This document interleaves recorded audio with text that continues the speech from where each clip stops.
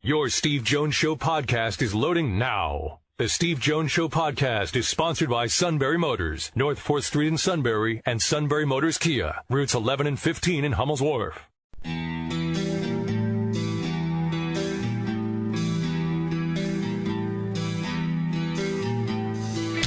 Sports talk where your voice counts. This is the Steve Jones Show on News Radio 1070 WKOK. Now, from the Sunbury Motors Studio, here's Steve Jones.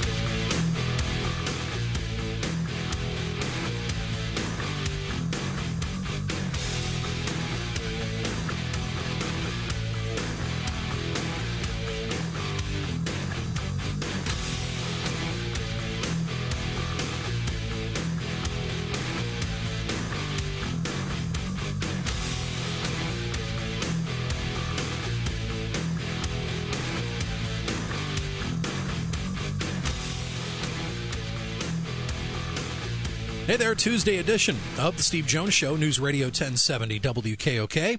And Sean Carey here in Sunbury. Steve will be there in the Sunbury Motors Studio soon. Sunbury Motors, Ford, Lincoln, Hyundai, North 4th Street Auto Plaza, Sunbury, and Sunbury Motors Kia on the Strip, routes 11 and 15 in Hummel's Wharf. Lots of ways to get in contact with us. Our email is stevejones@wkok.com. Like us on Facebook. Follow us on Twitter. Our Twitter handle at SteveJonesPSU.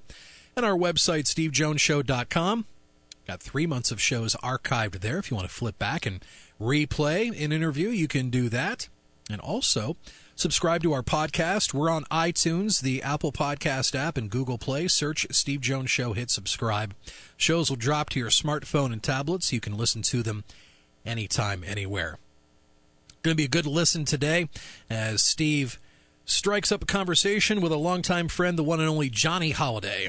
Decades, 40-plus years, the voice of Maryland basketball. And, of course, tomorrow night it'll be Maryland at the Nittany Lions, and we'll have that for you from the Bryce Jordan Center here on WKOK and online at WKOK.com. Pregame will be at 6, and they will tip at 6:30 at the BJC. So we will hear from Johnny and get the Terrapins' take going into tomorrow's matchup. And we'll also get some other Maryland perspective as we roll through the next day or two here on the show. And we're also hoping to get some more NFL Combine conversation into the mix. And actually, we're about we're definitely under 3 weeks away from the start of a brand new NFL season, and that means free agency not far away. Now, speaking of the National Football League, the competition committee is meeting in Indianapolis. Of course, that is the location of the Scouting Combine, which is a couple of days away. They have spent the past 2 days discussing present and future of replay review, but no consensus about whether to change it. For the most part, conversations at the Combine have rehashed previously rejected ideas. In recent years, the committee and most owners have rejected plans that would expand replay by adding new categories of eligible plays or adding an eighth official to each game's review. One variable that could be in play is whether a missed pass interference call in the NFC Championship game will add any urgency to adopt previously rejected plans. Officials' failure to flag LA Rams cornerback Nickel Roby-Coleman in the fourth quarter had a direct impact on the Rams' 26-23 OT victory over the Saints. So we'll keep that in mind as we roll through and get closer to the NFL Scouting Combine and as those meetings wrap up in Indianapolis. Hey, we've got a big baseball contract to tell you about. 8 years, $260 million, going to Nolan Arenado, the Colorado Rockies. Rockies locking up their all-star third baseman with a new deal.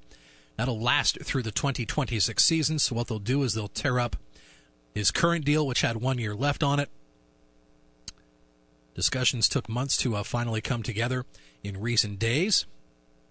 Arenado is 27, four-time All-Star. He's won a Gold Glove in all 6 of his Major League seasons and led the National League in home runs 3 times, including last year. So if you break down his annual average of salary, he is going to have a higher salary than Manny Machado. So his average salary, Arenado's average salary is now at $32.5 million. So wow. 2.5 more than Machado. And, of course, the clock keeps imagine on if you ticking won, for Bryce Harper. And imagine if you won the Silver Sow Award for play-by-play. Yeah. I mean, I don't know how much money could have commanded then. More music, less Nessman. More music, less Nessman. The great lines of all time on WKRP in Cincinnati. Now, I guess they cannot, maybe on TV land they can now, but they could not show WKRP in Cincinnati on reruns because of the music. Because they'd have to get it cleared. ASCAP, BMI, whatever it may be. There is a channel out of Wilkes-Barre, and it's part of the Sinclair group, MeTV. Yeah. And they run KRP weeknights. That show was funny. Oh, I know. Never gets old. Venus Flytrap, Tim Reed. Good evening, my brothers and sisters. That used to be you. That's true. Yeah, my first full-time on-air gig. Yeah, it was a 7 to midnight gig on a classic rock station. I mean, not everybody has had a career of the Biffer. No. When I first told you that was Kevin Herr, the Suit's nickname here in the mid-'90s, I think you about fell out of your chair.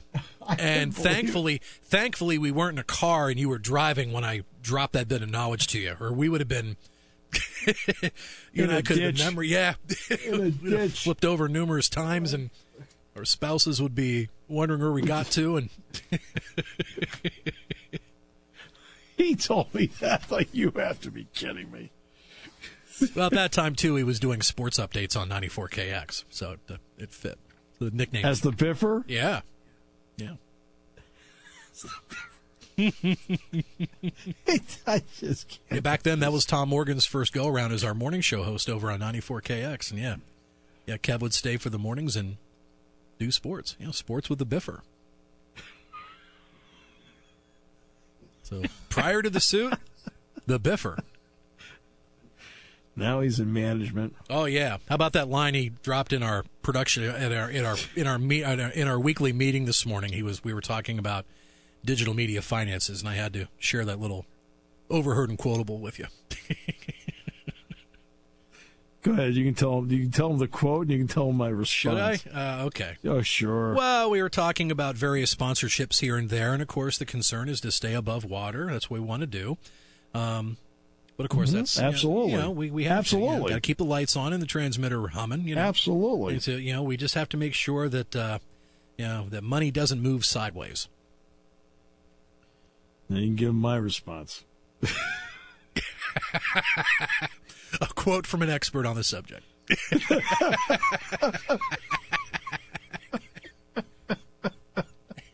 Yeah, fast reply from you.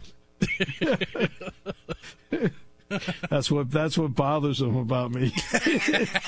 It's very quick and to the point. Just when I thought I got him. No. Oh my goodness. So that'll be your one takeaway from today's show. The Biffer. Yeah. Oh God, the Biffer. Unbelievable. All right. Sports. Obviously, that's what we talk about. We'll talk about a wide variety of things today. We'll talk about Penn State, Maryland basketball today. We got Johnny Holidays on the show today. But you know what? But I'm getting concerned about the direction of sports. And what's concerning me is there's so much me these days when sports used to be the ultimate we. Now, I understand there are contracts. You do have to take care of yourself. I've got that. But here's where I'm struggling a bit with sports right now. And it's as follows. And it runs both ways, so this is not just one, Let's take Anthony Davis. So let's take it from the management side. Anthony Davis played 20 minutes last night. They did not play him in the second half. And they haven't been playing him in the fourth quarter. Now, why is that? Well, guess what? They're not playing him because they don't want his trade value to go down because of a potential injury. Okay. So all these people are paying money. They get a little slice to see him, and then that's it. Okay. Now let's flip it to the other side. Nick Bosa. No question he gets injured. Not hurt, he's injured. And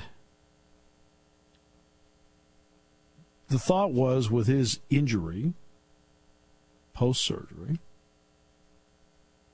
that he probably would be back maybe around November 1st. Maybe the 8th.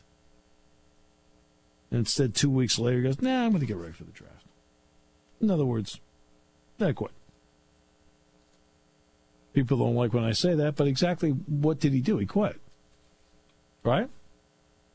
Didn't stay.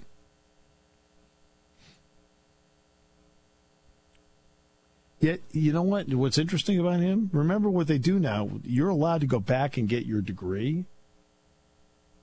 You're allowed to go back and get your degree, and you don't have to pay for it. But he quits in the middle of the season, so he's still going to be allowed to go back and get his degree? Really?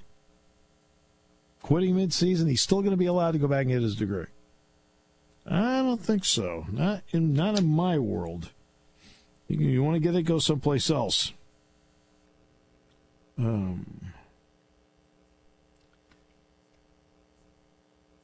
It seems like when we turn around, we get a dozen people, I'm not going to play in the bowl game, I got to get ready for the draft. Like, really? I can tell you right now, Will Grier can take years to get ready for the draft. He's still not going to be a very good NFL quarterback. His footwork's too lousy.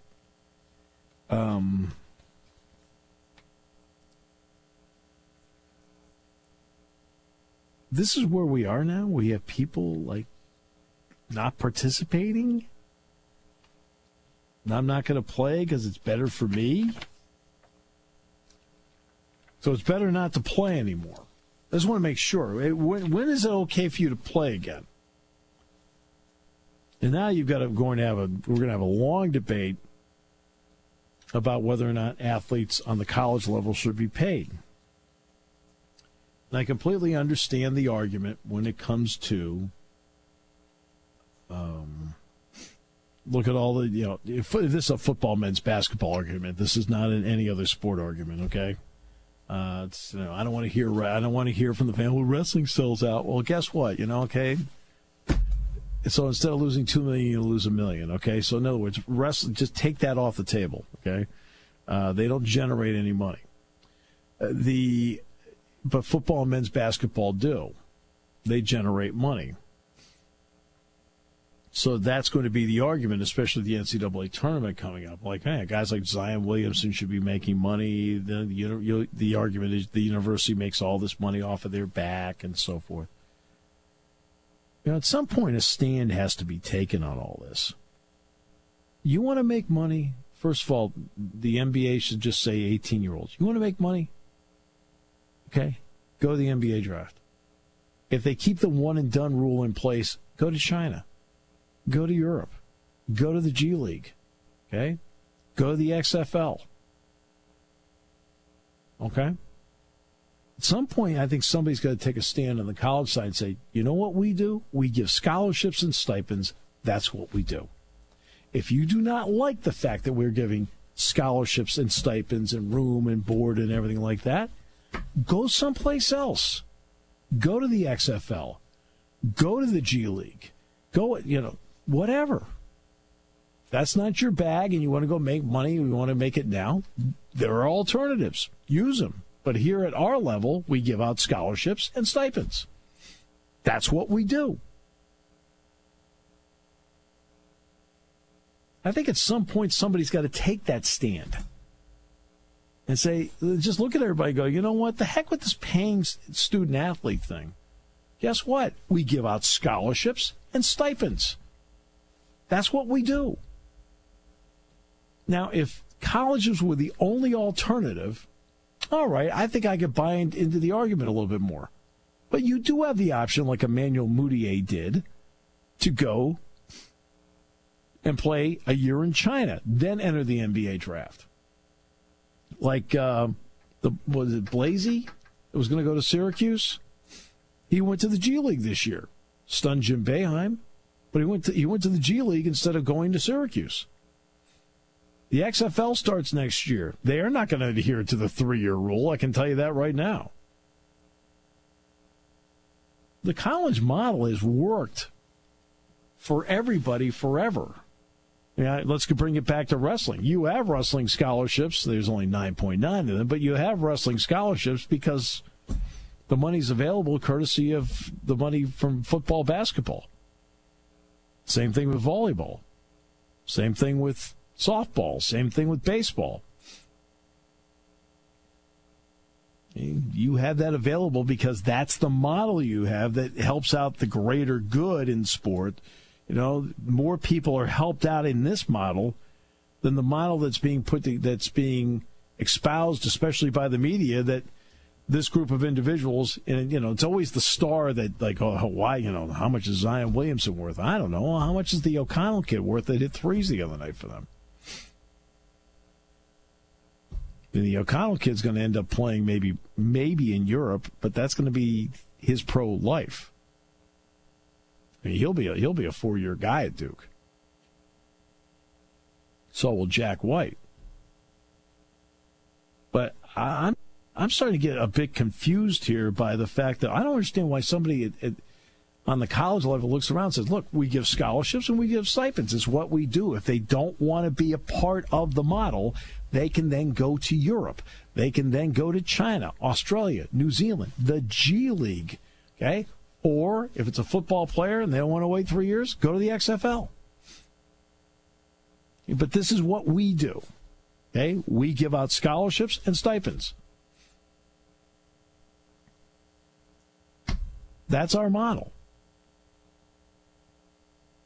And they're bending over backwards every 2 seconds trying to adjust and adapt the model all the time. And I'm wondering if, in the end, that's not the prudent thing to do.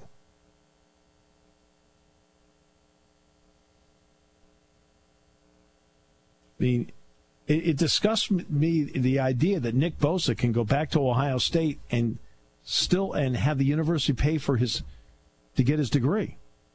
You quit. Okay, mid-season, you quit. You're done. Okay, you want to get your degree? Pay for it. We have an admissions department. You mentioned Zion Williamson a little bit ago, and you have some prominent NBA legends like Charles Barkley and Shaquille O'Neal saying, "Hey, stay. You know, don't quit. Don't fold now. You know, this is your one and only chance to play at a top-notch, collegiate atmosphere before you eventually go pro, and then you will make your money." Giannis Antetokounmpo from the Milwaukee Bucks is a bona fide star now. I think we'd all agree with that, right? He started in the NBA when he was 19. He did not make his first All-Star game till his 4th year. Now, in his 6th year, he's now in his 6th year in the NBA. Last year, I think he became a bona fide star. And now we're seeing him on TV commercials. Well, it took him that long to get to this point. That's fine. He worked his way to this point. And he's worked hard to get to this point. Zion Williamson, the second he decides to turn pro, is going to be marketing gold for whatever shoe company he goes with and probably advertising group.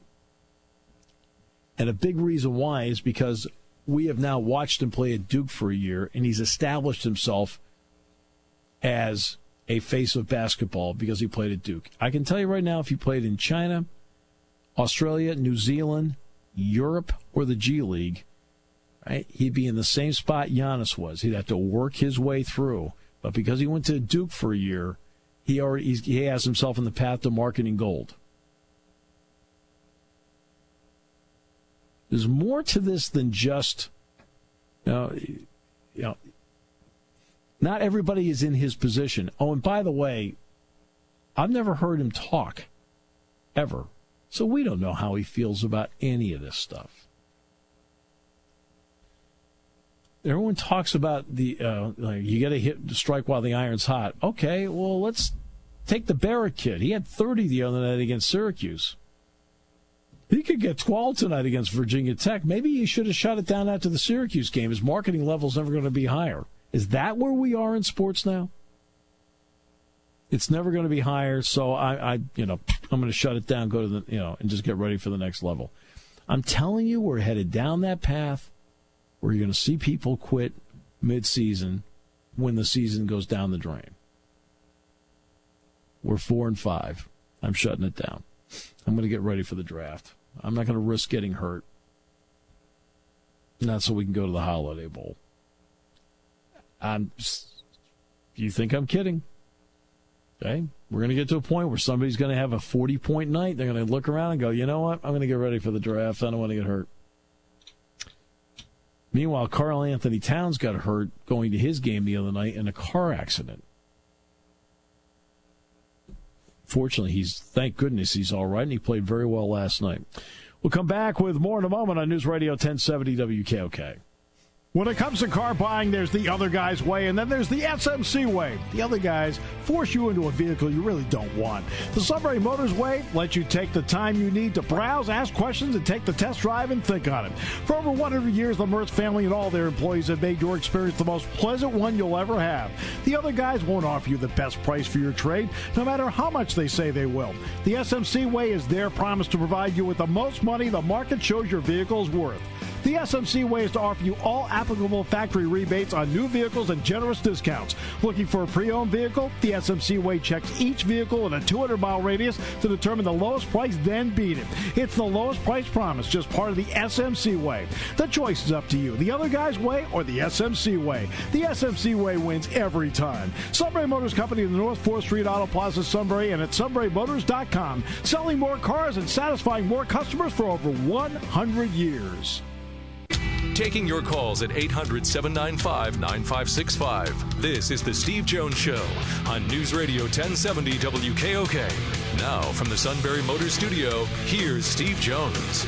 Sunbury Motors, 4th Street in Sunbury. Sunbury Motors Kia, routes 11 and 15 in Hummel's Wharf. Next half hour, Joe Rutter from the Pittsburgh Tribune. We'll talk about the Steelers and the Combine. Final half hour, Johnny Holiday, the legend himself, joining us on the show. In his 40th year as the play-by-play voice of Maryland. Yes, that means I'm the baby of the crew. And Jeff Ermann, 24/7 Sports, about to join us to talk about Penn State, Maryland basketball tomorrow night in the Jordan Center. Jeff, welcome. Great to have you with us. Hey, Steve. Thanks for having me on. Hey, let's start with this. Obviously, they've played very well. What have been some of the common threads that you've seen from game to game that leads to Maryland's basketball success? Because I thought the win at Iowa last week was about as impressive a win as I've seen in the last month by anybody.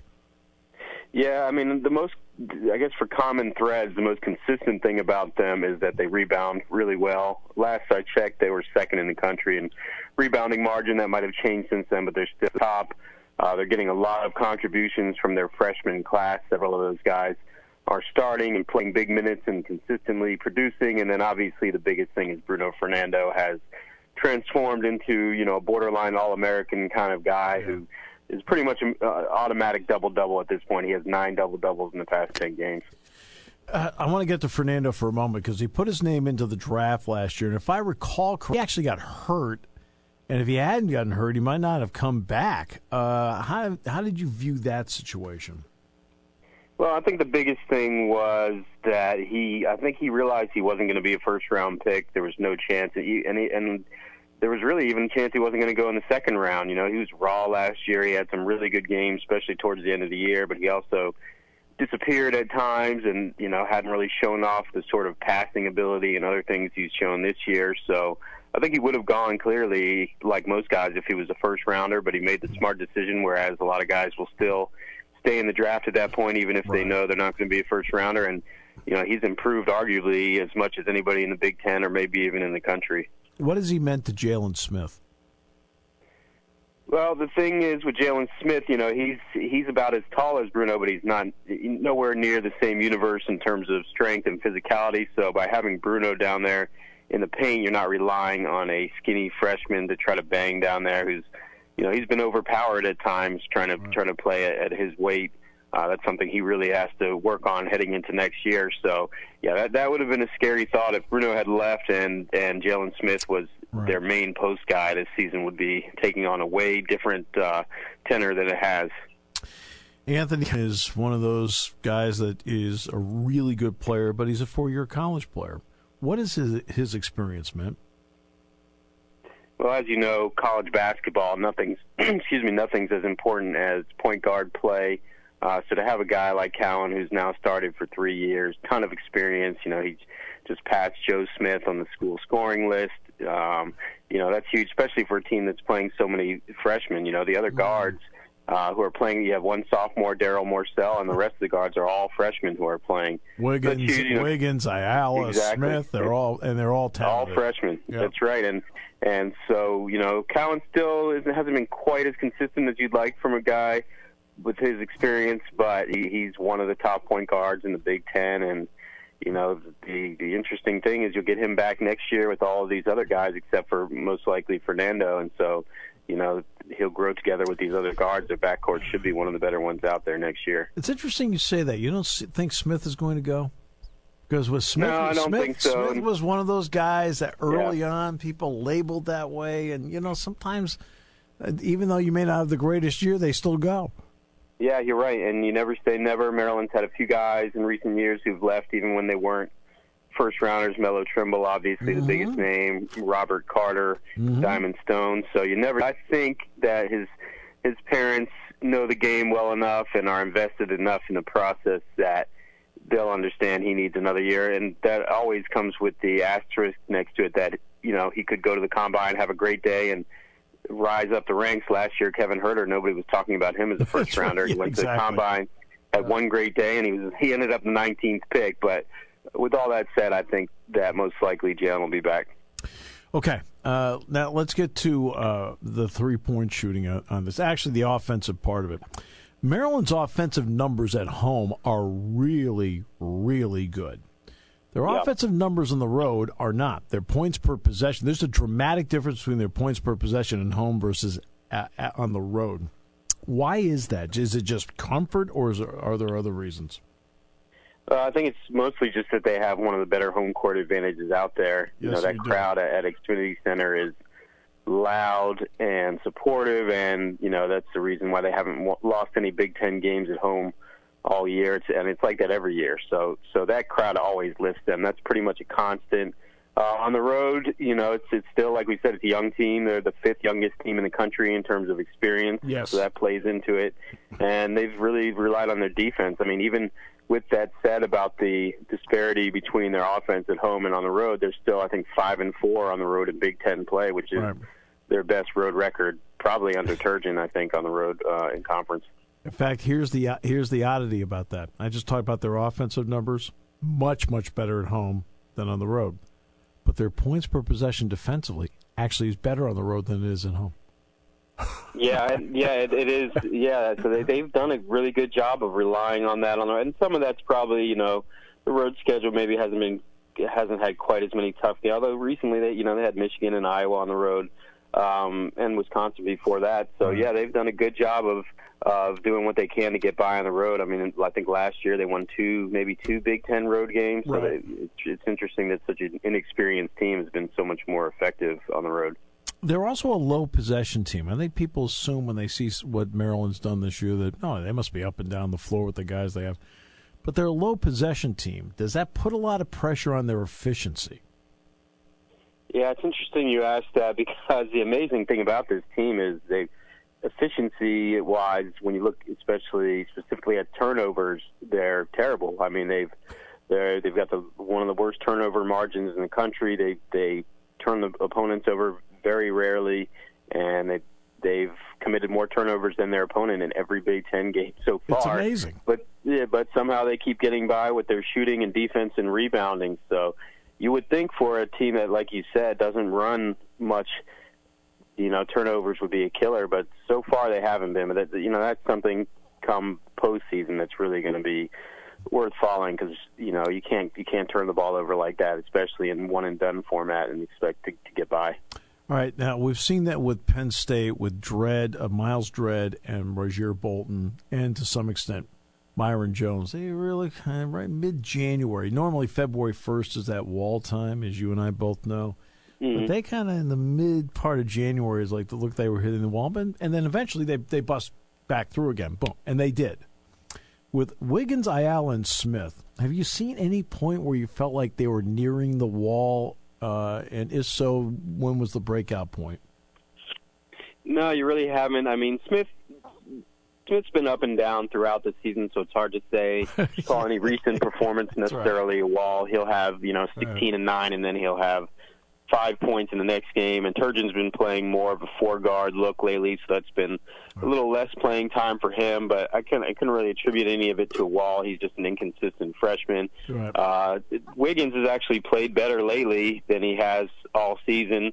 And Ayala hasn't really hit a wall. He was sick for the last game, but overall he's been a really consistent guy. He continues to lead the team in three-point shooting, which is maybe the biggest surprise of the whole season, because he came in and not at all known for his shooting, more known as a playmaker and driver. What do you think of Penn State now? They've won 4 of their last 6 2 in a row. What do you think of them and the challenge of this game? I think it's a really neat for Maryland. I've been telling everybody who will listen, Penn State's playing so much better lately. It's, it really kind of dumbfounded me throughout the year, 10 or 0-11, whatever it was, start in Big Ten play. With that kind of talent, with those 3 veterans that they have, that the results could be so poor, but they're playing a lot better. To win at Illinois is a deceivingly good win, considering how much better they've been playing lately. Obviously, the Michigan win, they led coast to coast. So, I haven't even seen what this point spread is, but I would be very surprised if Maryland's favored by any more than maybe 3 points. And Penn State's played them tough pretty much every game between the two. Maryland's been lucky a few times to sneak out wins, including the one earlier this season, and then 2 years ago, the one with Diamond Stone, where they needed 30-something points from him to win. So I'm looking for a really close game. Yeah, 39. Yeah. I was a witness. What do you think of the league this year? I think the league is, everybody else is saying it, and I agree. I think it's the best in the country. It doesn't have, obviously, the heavy hitters like Duke and North Carolina at the top. Maybe you could have put Michigan State in that class before they had the injuries. But I think top to bottom, it's a great league. You look at the teams like Penn State and Illinois who struggled, and those are still pretty talented teams that could beat a lot of teams out of conference. Even Minnesota is not a bad team, and they're struggling. To me, the only really bad team is Northwestern, although I guess Nebraska has been playing really poorly also. But I think, this to me is the best Big Ten team I've seen, conference I've seen since Maryland joined, which obviously isn't a really large sample size, but it's a really deep and talented conference, and I'm really interested to see if they can make us look like we're correct once the tournament starts. Right. What's the buy-in of Maryland fans to the Big Ten right now? I mean, it's the long-term deal. I mean, it's the way it is, but that doesn't mean the fans have to buy into it. I think most of them have gotten used to it. I don't know if they're, doing cartwheels about it. It's still an unusual fit, obviously, geographically and socially. Maryland playing Iowa or Minnesota are just, Penn State or Rutgers, those are more natural. Even in Michigan, there's a lot of Michigan alums in the D.C. area, so there's some similarities. But then, some of these schools are total misfits. So they haven't been able to find a rival. That's a big thing. That's got to come naturally. Regionally, Penn State and Rutgers make the most sense, but those are, Rutgers is struggling perpetually, and Penn State's a football school. So most of them are in. I think the old school fans, you still see people complaining or being sentimental, wishing they could be back in the ACC. But I think more so than anything, it just comes down to the results. If Turgeon wins a Big Ten tournament or they have a big run, then maybe it'll feel more like they've officially transitioned. But because all the big time success happened in the ACC, maybe it still doesn't feel quite official yet. Well, I mean, to be honest with you, there's still longtime fans here, and Penn State's been in the conference now 26, 27 years. There's still longtime fans here that miss the days of playing Syracuse, Pitt, West Virginia. Now Maryland's in now, but they missed that. Yeah, and they say it. Well, those people really don't like change. Those stubborn. Those people are really stubborn. I'm with you. I'm with you. That's. I usually just sit there and nod, like, yeah, I understand. Yeah, sure, okay. Yeah, most people probably couldn't even tell you what Penn State was in before the Big Ten. But there's still a lot of people longing for those old days, especially because of those vintage years with the early on with. Bias, and then later, and obviously the national championship, the Juan Dixon years. But for the most part, I think people have made the adjustment.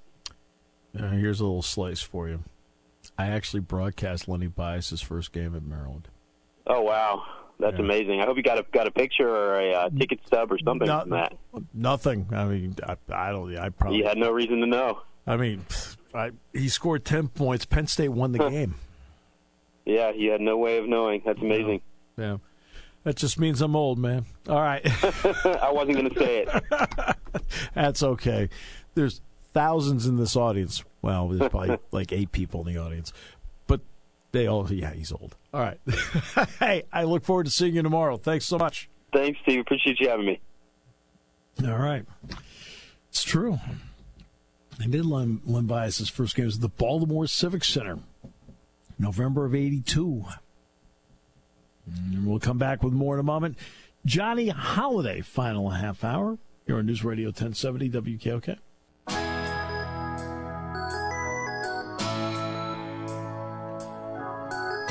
All right, great to have you with us. Joe Rutter is going to join us on the Pittsburgh Tribune on the NFL Combine next half hour. Johnny Holiday, final half hour. Sports updates from the Biffer every hour on the hour between midnight and 5. No? Was I wrong about that? Back in the day, those hours were legit for the Biffer. Who again had one of the great quotes in American business this morning. Don't let your dollars go sideways. Normally, I would bypass a comment like that, except I do not bypass comments from experts. All right, so. And he's been an expert in his life of having the money go sideways. All right, Nolan Arenado, 8-year deal with the Colorado Rockies. It's amazing since the Machado thing, some pocketbooks have opened up. The 8-year deal is a total of, $260 million. Right now, Dustin Pedroia is on an 8-year deal with the Red Sox. Nothing yet on Bryce Harper. One thing I forgot to mention about the Arenado deal earlier in the hour, it's an opt-out after 3 years, whereas Machado was 5 years. 5 years. Well, David Price was opt-out after 3 years. And he looked around at the end of his third year where they just won the World Series, and he's looking at $31 million coming up. I don't need to opt out because you may end up with less. And age does mean something in the league, as we were talking about, a 26% drop in players 33 or older. At the NFL meetings, which are in Indianapolis, John Mara, the co-owner of the Giants, says he is not seeing a lot of support for making changes in the NFL instant replay. And I've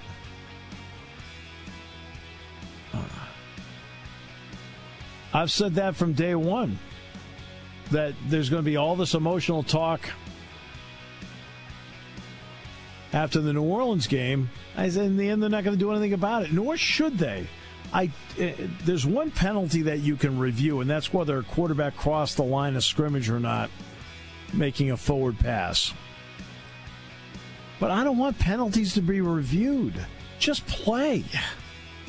Every time I turn around, it's, we got to stop, we got to stop, we got to stop, we got to stop. It's just stop stopping. All right, now you're going to check to see if that's pass interference? No. And my goodness, you're going to be able to look at the thing and realize they're grabbing each other's shirt tails all the way down the field. You're listening to News Radio 1070 WKOK Sunbury. You can hear us anywhere in the world with the Sunbury Broadcasting Corporation app.